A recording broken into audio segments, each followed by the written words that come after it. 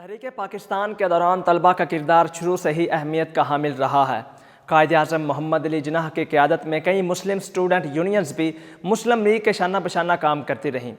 انجمن طلبہ اسلام، علی گڑھ مسلم یونیورسٹی، اسلامیہ کالج لاہور اور پشاور کی طلبہ تنظیمیں حریت پسندوں کا پیغام دور دور تک پہنچانے میں اہم کردار ادا کرتی رہیں۔ قیام پاکستان کے بعد بھی کئی طلبہ تنظیمیں نہ صرف فعال رہیں بلکہ لوگوں کو نظریاتی طور پر بھی تقویت بخشتی رہیں۔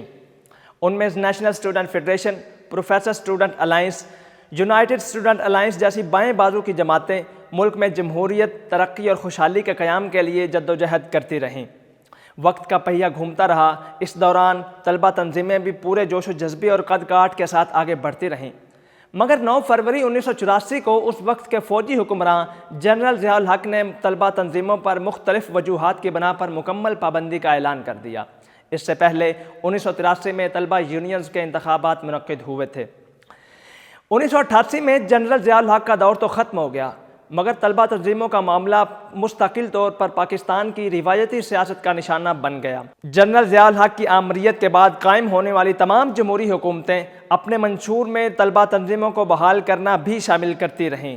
مگر شمعِ قسمت کے باقی تمام سیاسی وعدوں کی طرح یہ وعدہ بھی کبھی وفا نہ ہو سکا۔ لیکن 1999 میں اس وقت کے پنجاب کے وزیر اعلیٰ میاں محمد نواز شریف نے پنجاب میں صوبے کی سطح پر طلبہ یونینز کے انتخابات منعقد کروائے،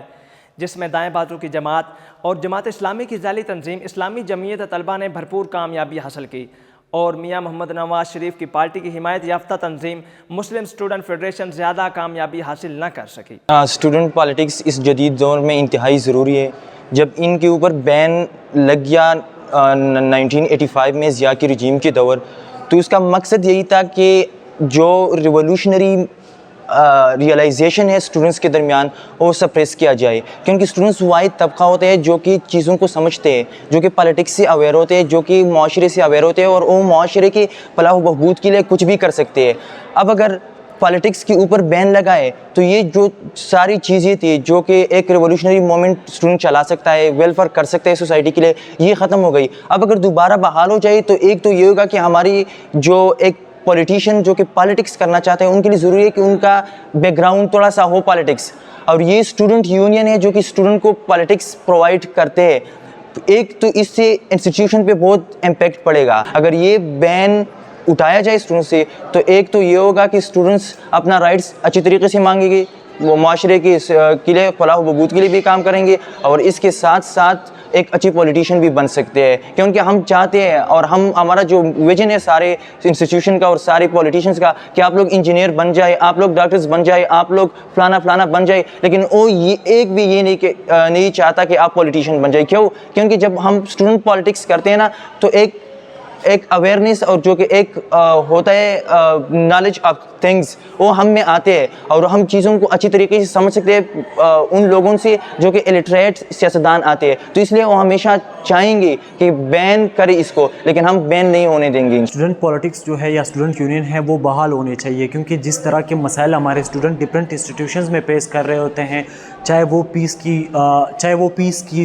پیس میں اضافہ ہو، چاہے وہ ہراسمنٹ کے کیسز ہو، یا اور بھی ایسے بہت سارے کیسز ہوتے ہیں جس میں ہمارے اسٹوڈنٹ بہت سارے مسائل کے شکار ہوتے ہیں، تو ان کیسز کو ان کی ایک انٹریکشن اور برج بننے کے لیے اسٹوڈنٹس یونین، اسٹوڈنٹ اور اس انسٹیٹیوشن کے ایڈمنسٹریشن کے درمیان جو ایک برج ہوتا ہے وہ اسٹوڈنٹ یونین ہوتا ہے، جو کہ اس سارے پرابلمس کو سولو آؤٹ کرتا ہے۔ اس کے علاوہ اگر ہم اسٹوڈنٹ پالیٹکس کی بات کریں یا اسٹوڈنٹ یونین کی بات کریں تو ہمیں دیکھنے کو ملتا ہے کہ ہماری پاکستان میں آزادی دن سے آج تک جو ہمارے پاس ایک پولیٹیکل لیڈرشپ کی بہت زیادہ کمی رہی ہے، جس کی وجہ سے ہماری جو پولیٹیکل سسٹم ہے وہ کافی نیچے گر چکا ہے۔ ہماری جو پولیٹیکل ویلیوز ہے یا جو پولیٹیکل اویئرنیس ہے وہ پولیٹیکل اسٹوڈنٹ پالیٹکس نہ ہونے کی وجہ سے، کیونکہ جب ایک اسٹوڈنٹ پالیٹکس میں آتا ہے تو وہ ایک ایکسپیرینس کے تھرو ایک پورے سسٹم کے ساتھ پولیٹیکلی اویئر ہوتا ہے، اور اسی طرح جب بہت سارے اسٹوڈنٹس اویئر ہوتے ہیں تو ہمارے پاس بہت سارے پولیٹیکل لیڈرز آ جاتے ہیں۔ ان لیڈرز کی وجہ سے پھر ہماری پولیٹیکل لیڈرشپ بہت آگے چلتی ہے، جس سے ہماری اسٹیٹ کی جو پالیسیز بنتی ہے وہ ایک